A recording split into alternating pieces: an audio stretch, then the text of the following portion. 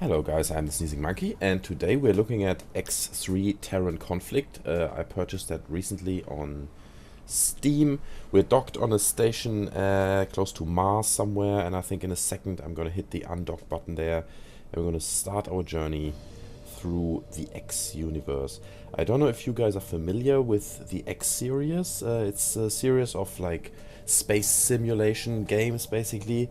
It's one of the few remaining, or maybe actually the only one remaining.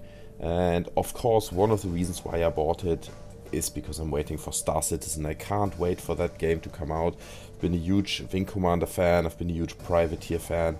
I loved these games when they came out.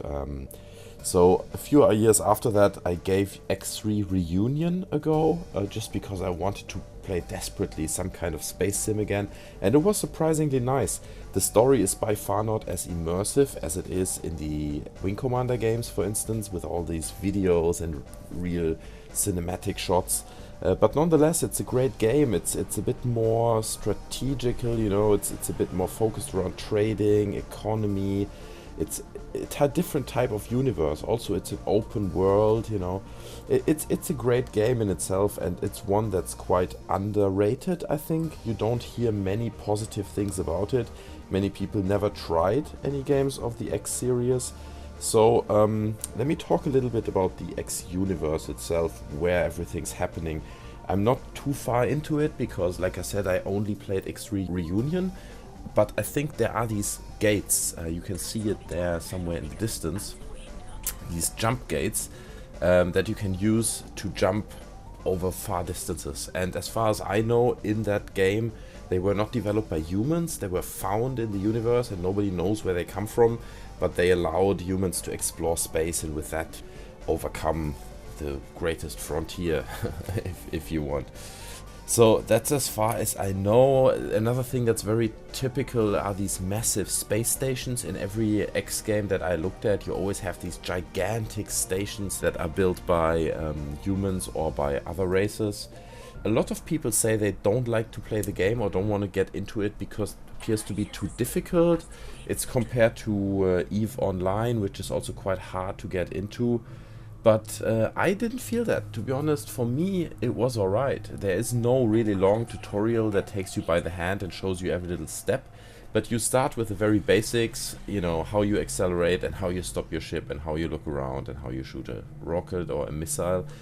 And then you learn it step by step. And if you just play the storyline, by the end of the game, you will probably have an idea how it is, you know, and what you need to do and how everything works. However, even I'm still learning the controls now. I mean, the last time I played X3 Reunion, that's several years ago, and I kind of forgot all of them. The very basics were still there, but I'm still learning everything. I don't really understand how I can equip my ship at this point, and I'm maybe like 2-3 hours into the game, something like this. So I wouldn't say it's hard to learn, but I would say it's a quite time-intense game. Even if it's just because of the long distances through space that you have to travel, basically. But you can see here, the speed can be changed. You can increase the speed of your ship or of time so that you can get over bigger distances in a short amount of time. Another important thing to mention, I think, are the graphics. The graphics of the spaceflight itself and the stations are absolutely fine, but they don't go beyond that, which means if you have a little communication window in the corner where someone from another ship speaks to you and you see his face, the modeling is really awful and it looks really bad. But somehow it doesn't mean that it's a bad game. The immersion is still there, it's just happening much more in your head.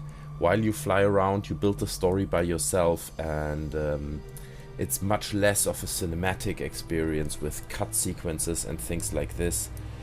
The really annoying factor is that you can't leave your ship when you're docked onto stations, and you cannot walk around, you know. Ideally you would hope for something like Mass Effect, you know, when you get out and then you can just walk around in third person and you can explore these space stations. But I guess that would be so much more work that it just makes it impossible to realize within the time. So yeah, let me summarize a little bit. I can't really speak for X3 Terran Conflict because I haven't played it enough to really judge on it, but the X series itself is really, really nice. It's worth to get into it and to invest the time if you want to bring the time to the table, basically. If you have the time to explore a game like this, it's really great and it's really gonna draw you in. But it takes patience, you know, and it takes some consideration, and you just really need to take your time for it. So that's very important. On top of that, the patience is also needed because it's a quite slow-paced game. You know, it's nothing like a Call of Duty where you get thousands of kills in a minute. It's very slow-paced. You need to get from A to B, you know, travel a lot. But that makes it really lovely, and that makes it really valuable and unique in a way, because this traveling through long distances through space just has this meditative quality to it nearly that really make it a great game. I'm gonna keep you guys updated. If I keep playing this game for much longer and put much more time into it, I will definitely do another video. But let me know in the comments what you thought, if you played it, or what your thoughts on the X universe are. And I think that's it. Cheers guys, I see you next time, bye.